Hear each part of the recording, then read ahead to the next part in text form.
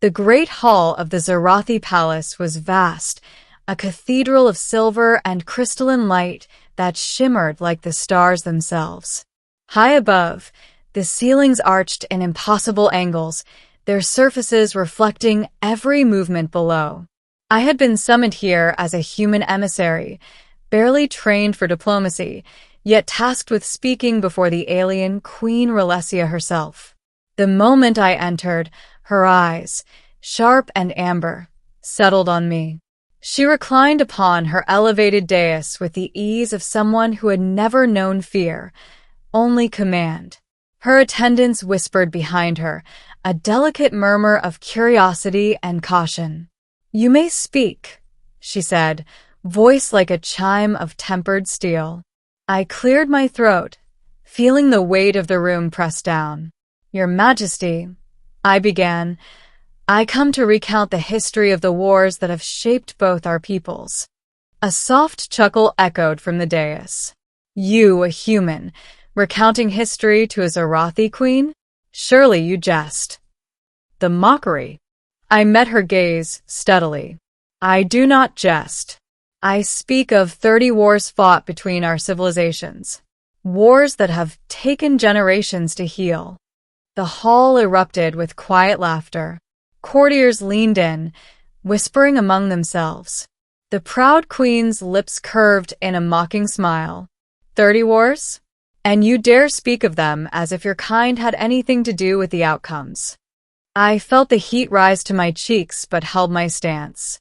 "Your Majesty, the wars were not merely fought by armies. They were shaped by decisions, alliances, and sacrifices. I intend to tell their truths." The Queen's laughter rang louder. "Sacrifices? A human lecture on sacrifice? This will be entertaining." The first truths. I took a deep breath, stepping closer to the center of the hall. The first war, I began, was not won by weapons, but by the courage of those few who dared to stand for peace when their leaders called for destruction. Many lives were lost, both Zerathi and human, but the actions of those few prevented greater catastrophe. A hush began to settle. Not complete silence, but a pause. Courtiers tilted their heads, listening. The second war, I continued, was won through diplomacy, not conquest.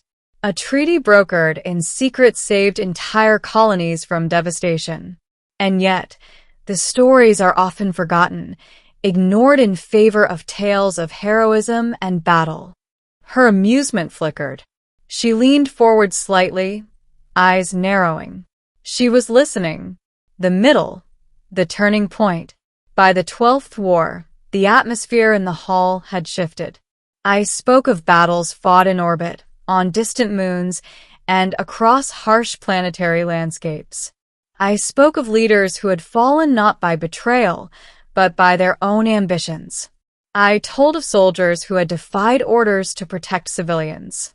The Queen's expression remained regal, but the mockery had faded.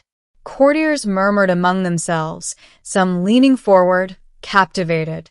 "You speak as though humans have always been heroes," she said finally, her voice cutting through the whispers. "Yet your kind has been at the heart of each conflict. How do you justify the blood spilled by your species?" I met her gaze, without flinching.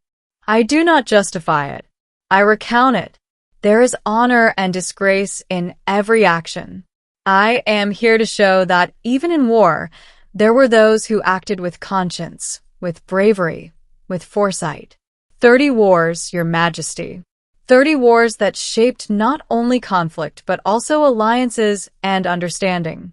That is the truth many choose to ignore." The reveal. I could see her pulse quicken slightly, a subtle shift in her posture that even her trained attendants noticed.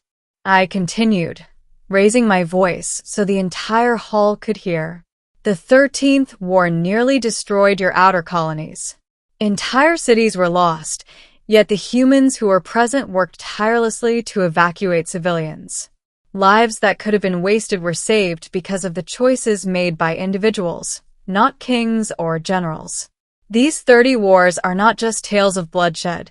They are stories of courage, resilience, and unexpected unity. The great hall fell silent. The whispers had vanished. Even the queen's attendants were still, their expressions unreadable. Her lips parted slightly.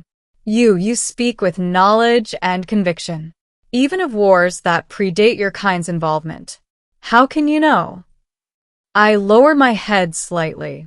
Because, Your Majesty, in every war, there are records, witnesses, and legacies. Some hidden, some preserved. I've studied them all, so that when I stand before you, I speak not as a human boasting of victory, but as a messenger of truth. The turning of the queen. For the first time, she seemed uncertain.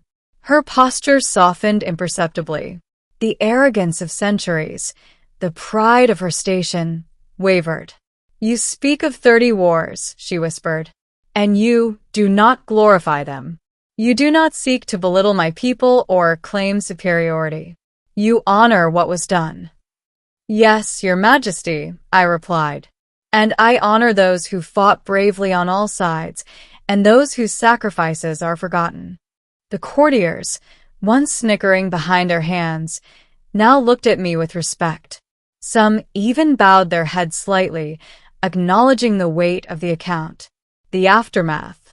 The queen leaned back in her seat, silent for a long moment. Then she spoke, voice measured, almost reverent. You have spoken truths that many of my advisors would not dare utter. Even my own understanding has been limited by pride and prejudice. Perhaps there is merit in what you have shared. I nodded, the tension finally easing. The room, once filled with mockery, had become a chamber of reflection. The proud queen, the symbol of authority and tradition, had been humbled, not by force, but by knowledge and honesty. Reflection. As I left the hall, escorted by her guards, I realized something profound.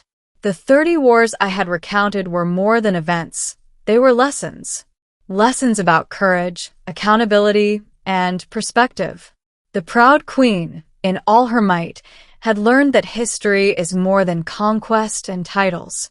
I knew that my words had done more than silence a hall.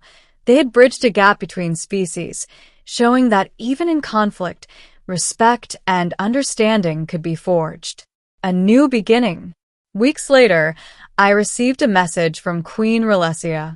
She requested further discussions on cooperation between our civilizations, citing the stories I had shared as a reason for renewed diplomacy.